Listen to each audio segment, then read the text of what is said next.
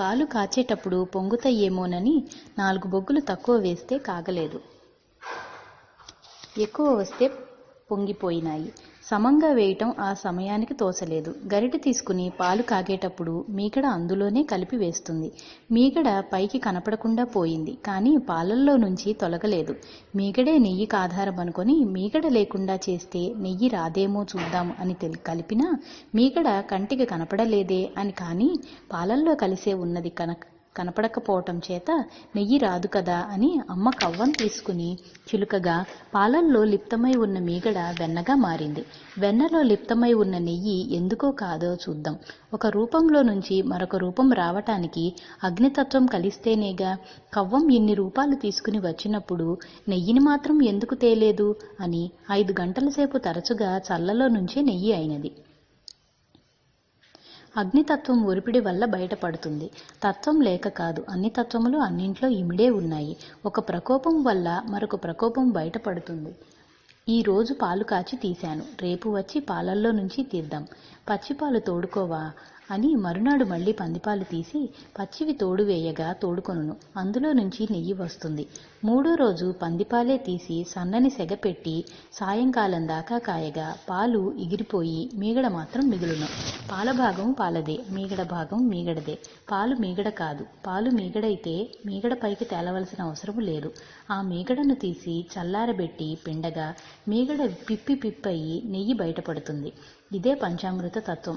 ఒక అమృతములో నుంచి పంచబడ్డవి కనుకనే పంచామృతాలు. పాలు, మీగడ, పెరుగు, వెన్న, నెయ్యి ఇవే పంచామృతాలు. ఒక పాలైనను పంచామృతాలుగా ఉపయోగించవచ్చును. ఈ 3 రోజులు ఈ పరిశోధనతో గడిచిపోయినవి. 4వ రోజు ఉదయం నిద్రలేచి వాకిట్లోకి రాగానే ఆంధ్రపత్రిక వాకిట్లో పడవేసి ఉంటుంది. ఆ పత్రిక పుచ్చుకుని తాతగారు పత్రిక వచ్చింది, వాకిట్లో వేసి ఉంది అని తెచ్చి ఇవ్వగా కాశీనాథుని నాగేశ్వరరావు గారు రాసిన సంపాదకీయం చదువుతూ ఉంటారు. అమ్మ: తాతగారు అది ఎవరు రాశారు? తాత పలుకరు. తాతయ్య దాని పేరేమిటి? తాత: ఆంధ్రపత్రిక. అమ్మ: అంటే? తాత: ఆంధ్ర అంటే దేశం. అమ్మ: అంటే దేశపత్రిక. పత్రిక అంటే చెప్పు. తాత: పత్రం అమ్మా. అమ్మ: అంటే పచ్చడి నూరుకొనేదా? తాత: ఊ. అమ్మ: అది అక్కడే ఉన్నదిగా. చిన్నగా ఇది అది అక్కడే ఉన్నది, నీవిక్కడే ఉన్నావు. తాతగారు ఈ మాట వినిపించుకోకుండా చదువుకుంటూనే ఉంటారు. అమ్మ ఒక పావుగంట ఊరుకుని: ఆ పెద్ద పెద్ద అక్షరాలు ఏమిటి తాతగారు? తాత: అదే ఆంధ్రపత్రిక. అమ్మ: ఆ అక్షరాలేనా ఆంధ్రపత్రిక అంటే? తాత: నీకు మీ తాత వెంకయ్య గారిలా వేపకాయంత వెర్రి ఉన్నది. అమ్మ: మీరు కొలిచారా అని దొడ్లోకి పరిగెత్తి వేపకాయ తెచ్చి ఇట్లాగే ఉంటుందా, ఇంత ఉన్నదా? వెర్రి అంటే ఇదేనా? తాతగారు: వెర్రి అంటే నీ మాటలల్లే ఉంటుంది. ఎంత అంటే వేపకాయంత. అమ్మ: వెర్రిని గుర్తుపట్టాలంటే మన దగ్గర ఏముండాలి? తాతయ్య: తెలివి ఉండాలి. అమ్మ: ఏది తెలుసుకోవాలనుకున్నా తెలివేగా. తెలివితో తెలుసుకొండేది తెలివి, వెర్రితో అని అమ్మ మెట్లు దిగిపోయి బాదం చెట్టు కింద కూర్చుంటుంది. తాతగారు పేపర్ ముడుచుకుని ముసిముసి నవ్వులు నవ్వుకుంటూ వెళ్ళిపోతారు. పావుగంటలో వచ్చి తాతగారు అమ్మను ఉద్దేశించి: ఏమమ్మా ముఖం కడుక్కో, 7 గంటలైపోయింది. ఇంతలో తాతమ్మ మరిడమ్మ గారు వచ్చి: అమ్మాయి తలనొప్పి వచ్చింది, కొంచెం అమృతాంజనం భోషాణం మీద ఉన్నది తెచ్చిపెట్టమ్మా అంటుంది. తాతమ్మగారు అంటూ ఉండగానే దొడ్లో నైట్ క్వీన్ చెట్టు కింద పెద్ద తాచు వచ్చి ఆడుతూ ఉంటుంది. అమ్మ అక్కడే నిలుచుని ఉంటుంది. చెట్లకు నీళ్లు పోసే నారాయణ పామును కొట్టవస్తాడు. అమ్మ ఏమీ మాట్లాడకుండా తాతమ్మ చెప్పినట్లుగా అమృతాంజనం తీసుకురావటానికి పోతుంది. నారాయణ చిదంబరరావు గారిని పెద్దగా కేకవేసి కర్ర తీసుకుని పరిగెత్తుతాడు. తాతగారు వచ్చి కొట్టమని సలహా ఇస్తారు. పాము కనపడకుండా పోతుంది. ఎవరో నాగేంద్రుడు, మామూలు పాము కాదని తాతమ్మతో చెబుతారు. అమ్మ అమృతాంజనం డబ్బా చేతబట్టుకుని కొంచెం తీసుకుని ఎట్లా ఉంటుందోనని కణతలకు రాసుకోగా మంటలెత్తి కళ్ళ వెంట నీరు కారుతుంది. అదే సమయంలో రాఘవరావు మామయ్య, నాన్నగారు నాగేశ్వరరావు గారు వస్తారు. అమ్మ కళ్ళ మంటలతో తాతగారి దగ్గరకు వెళ్ళి: ఈ మందు ఎవరు చేశారు? ఎందుకు? తాతయ్య: తలనొప్పి తగ్గిస్తుందమ్మా. అమ్మ: కళ్ళు మంటలు పుడితే గాని తలనొప్పి తగ్గదా? ఒకటి తగ్గాలంటే మరొకటి బాధ రావలేనా? చేసిందెవరు? తాతయ్య: నాగేశ్వరరావు. అమ్మ అమృతాంజనం తెచ్చి తాతమ్మకిస్తూ: తాతమ్మ ఇందాక వచ్చిన పాము పేరేమిటి అన్నావు? తాతమ్మ: నేను కాదమ్మా, మీ తాతయ్య అన్నారు నాగేంద్రుడని. అని తాతమ్మ నాన్నగారిని నాగేంద్ర అని పిలుస్తుంది. అమ్మ తనలో తాను: అంతా నాగేంద్రమయం. నిద్రలేస్తూనే బావ. నాన్నగారు: ఆంధ్రపత్రిక, నాగేంద్రుడు, అమృతాంజనం, బావ. బావ అంటే నాన్నగారు. 4 దిక్కులా నాగేంద్రమయం, నాకు దిక్కు. అర్థం ప్రాణం. అమ్మ బొగ్గుతో ముఖం కడుక్కుని ఇవాళ మన్నవ ప్రయాణం వస్తుందేమోనని లోపలకు రాగానే మన్నవ నుంచి నల్లఖాసిం సాహెబ్ అనేవాడు వచ్చి ఉంటాడు. అమ్మను చూడగానే అమాంతం ఎత్తుకుని, మన ఊరు రావమ్మా, నీకోసం గొల్లనాగమ్మ ఏడుస్తున్నది. ఊరు చిన్నబోయింది. 4 బజార్లకు ఇల్లు మధ్య కావటంతో ఇల్లు తాళం పెట్టి దీపం పెట్టకపోవటం చేత ఊరు పాడు పెట్టినట్లు ఉంది. మీ నాన్నగారు రేపు ఉదయం తీసుకురమ్మన్నారు. సరేనని అమ్మ చంకదిగి దొడ్లో అరిటాకు కోసుకుని పందికి అన్నం తీసుకుని పోగా ఇంతలో పాకి మనిషి పక్క సందు తలుపు తీసి దొడ్లోకి ప్రవేశిస్తుంది. వంట మనిషి రాఘవమ్మ గారు చూచి పాకి మనిషిని ఉద్దేశించి, అక్కడ గుడ్డలు ఆరవేసి ఉన్నాయి, అవి విప్పిందాకా దొడ్లోకి రామాకమని చెప్పండి అది అని పాకి మనిషి వెనక్కు తగ్గుతుంది. అది విని పాకి మనిషి వెనక్కి తగ్గుతుంది. అమ్మ గుడ్డలకు పాకి వచ్చే మార్గానికి చాలా దూరం ఉన్నదని మనస్సులో అనుకుని చూస్తూ ఉంటుంది ఏమి జరుగునోయని. గుడ్డలు విప్పగానే ఇక నువ్వు రమ్మనండి అని అనగానే పాకిది లోపలికి ఒక రెక్క నెట్టుకుని రాగా తట్టలో ఉన్న చీపురు తలుపుకు తగులుతుంది.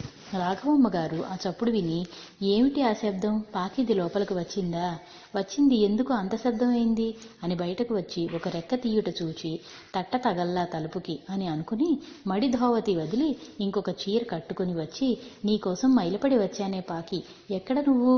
అమ్మ పాకిది ఎందుకొచ్చిందో ఆ పనే చేస్తున్నది. వంట మనిషి అంటే అమ్మ వచ్చిన పని చేస్తున్నది. వంట మనిషి అంతే కదా, పాకిదొచ్చిన పని అది చేస్తున్నది. నీ వచ్చిన పని నీవు చేసుకోమన్నావేమోనని అనుకున్నాను. అయినా చిన్నపిల్లవు, నీకేం తెలుసు? అమ్మ మీరన్నవి అన్నీ నిజమే. వంట మనిషి అన్నీ నిజమంటే? అమ్మ చిన్నపిల్ల అన్నది నిజమే, వచ్చిన పని చేసుకోవాలన్నది నిజమే. కోపంగా నుంచుంటుంది రాఘవమ్మ గారు. ఇంతలో దొడ్డి చిమ్మి పాకి మనిషి బయటకు వస్తుంది. రాఘవమ్మ గారు వంట మనిషి, నీకు కళ్ళు పోయినయ్యా పాకి, కనపట్టల్లా అన్ని చోట్ల చిమ్మి వచ్చిన చీపురు తలుపుకేసి కొట్టావా? ఇంకా ఏవేవో చాలా తిడుతుంది. అమ్మ ఇక్కడ చిమ్మినదైతే తగిలినా పర్వాలేదా? రాఘవమ్మ గారు తెలియనిదానివి తెలియనట్టుండమ్మాయి. అమ్మ తెలియనట్లే ఉందిగా. రాఘవమ్మ గారు ఎవరికి? అమ్మ తెలియని దానికి తెలియకపోవటమే వృత్తి, తెలుసుకుండేదానికి ప్రతీదీ తెలుసుకోవటమే. పాకిది యదా గుండెబడి నుంచుని, నేనేమీ చేయలేదు దొరసాని, ఒక అరగంట నుంచుని ఇద్దరూ తరుజుమా వేసుకుంటారు. పాకిది వెళ్ళిపోతుంది. రాఘవమ్మ గారు వచ్చి అది నడిచినంత లెక్క పసుపు నీళ్లు చల్లి తలుపులు కడుగుతుంది. పాకిది మరునాడు 3వ రోజు మధ్యాహ్నం వరకు రాదు. ఇల్లంతా పాకిదాన్ని గురించి ఆందోళన, ఆదుర్ద బయలుదేరుతుంది. పాకిది పనికిమరినదైనా దాన్ని గురించి ఆందోళన మాత్రం మహాపవిత్రంగా ఉందని అమ్మ అనుకుంటుంది. తాతగారు వచ్చి పాకిదానికి 4 మనుషులను కబురు పంపి ఇప్పుడు ఇంతకంటే అవసరం మరొకటి కనపడినట్టు తాతగారు, రాఘవమ్మ గారు తదితరులు ఆలోచిస్తూ ఉంటారు.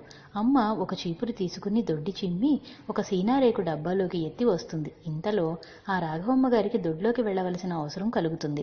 దొడ్లోకి పోక తప్పదు. మామూలుగా బాగు చేస్తున్నా పోవడానికి అసహ్యించుకునే వ్యక్తి 3 పూటల నుంచి బాగు చేయని దొడ్లోకి వెళ్ళవలసిన అవసరం కలుగుతుంది. దొడ్లోకి వెళ్ళి ఆశ్చర్యంతో, బాబుగారు పాకిది వచ్చి చిమ్మిందండి, మనం చూడలేదు. తాతగారు ఓహో అట్లాగా, రాలేను, జ్వరం వచ్చిందని కబురు పంపింది. ఎప్పుడు వచ్చి చిమ్మింది, ఎవరు వచ్చారు? రాఘవమ్మ గారు ఏమో, ఎవరు చిమ్మారో, శుభ్రంగా ఉంది, పాకిది చిమ్మిన దానికంటే బాగా ఉంది. అమ్మ అంటే పాకిది కాదనా? చిమ్మేది పాకిదేగా. తాతగారు నుంచుని ఉంటే, తాతగారు చిమ్మేది పాకా, పాకిది చిమ్ముతుందా? అసలు పాకి అంటే ఏమిటి? తాతగారు చిమ్మేదే పాకి అమ్మ, యానాది వాళ్ళు వృత్తి వల్ల ఆ పేరు వచ్చింది. అమ్మ మరి రాఘవమ్మ గారు ఎందుకు అట్లా అంటుంది, పాకిది చిమ్మిన దానికంటే అని?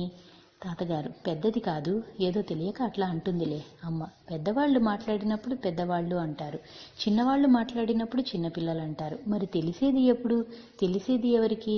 ఎవరు చిన్న ఎవరు పెద్ద? తాతగారు నేను పెద్ద నీవు చిన్న అంటారు తాతగారు. అమ్మ మరి తెలిసేది ఎవరికి, మరి తెలిపేది ఎవరికి? తాతగారు ఉన్నారు కొంతమంది తెలిసిన వాళ్ళు, మధ్య రకం. అమ్మ నాకంటే చిన్న నీకంటే పెద్ద ఉండొచ్చుగా. తాతగారు ఉండొచ్చు. అమ్మ అప్పుడు మనమేమవుతాము? తాతగారు అమ్మ మధ్య రకమా? తాతగారు అంతే అంతే. అమ్మ మరి మనకు తెలుసుగా, మరి ఎందుకు అట్లా చెబుతారు? ప్రతి మనిషికి తనకంటే పెద్ద తనకంటే చిన్న ఎప్పుడూ ఉంటారుగా. ఇన్ని మాట్లాడుతున్నా చిమ్మింది ఎవరా అని ఆలోచిస్తూ ఉంటారు తాతగారు. ఆలోచిస్తున్న తాతగారిని చూచి అమ్మ భగవంతుడు ఎట్లా ఉంటాడండి? తాతగారు చూస్తేగా తెలిసేది, నేను చూడలా. అమ్మ చూస్తే తెలియదేమో, తెలుసుంటే తెలుస్తాడు. వాడన్నీ తేలుస్తాడా? తాతయ్య నీ ముఖం. అమ్మ అంటే భగవంతుడంటేనా? తాతయ్య ఊ అంటారు. అమ్మ ఎందుకు మీరు ఊ అన్నారు? ఒప్పుకున్నారా? నేనేనా? తాతయ్య ఊ. అమ్మ మరి ఎందుకు మీరు రోజు గుళ్ళోకి పోతారు? తాతయ్య అక్కడ కూడా నిన్నే చూద్దామని. అమ్మ ఇప్పుడు గుళ్ళో వాణ్ణి ఇక్కడే చూడొచ్చుగా. తాతయ్య పకాపకా నవ్వి మన్నవ వారి తెలివి అంతా నీకే వచ్చిందమ్మా. అమ్మ ఇప్పుడు మన్నవ వారు ఎవరికెవరికి తెలివి లేకుండా పోయిందా? తాతయ్య మరి వాళ్లకు తెలివేముంది? అమ్మ తెలివంటే? తాతయ్య తెలివంటే పైన చెబుతావా అని ఎత్తుకుని మేడ మీదకు తీసుకుని వెళ్తారు. అమ్మ ఏం తాతగారు చెప్పరు తెలివంటే ఏమిటో? తాతగారి విసుగుతో తెలివంటే నువ్వే. అమ్మను ఒళ్ళో పెట్టుకుని ఆ పాకిదొడ్డి ఎవరు చిమ్మారా అని ఆలోచిస్తూ పైకి అప్రయత్నంగా ఎవరు చిమ్మారు అంటారు.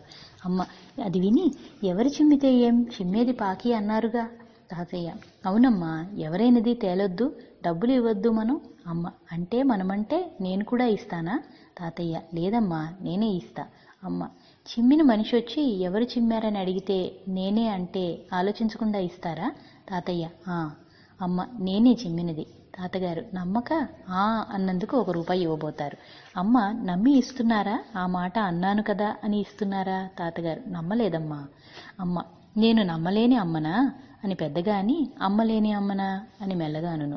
మెల్లగా అన్నమాట కూడా తాతగారు విని అమ్మను దగ్గరకు లాక్కొని గుండెలకు హత్తుకొని పందిరి మంచం మీదకు ఎత్తుకుని వెళ్ళి పొట్ట మీద పడుకొని పెట్టుకుంటారు.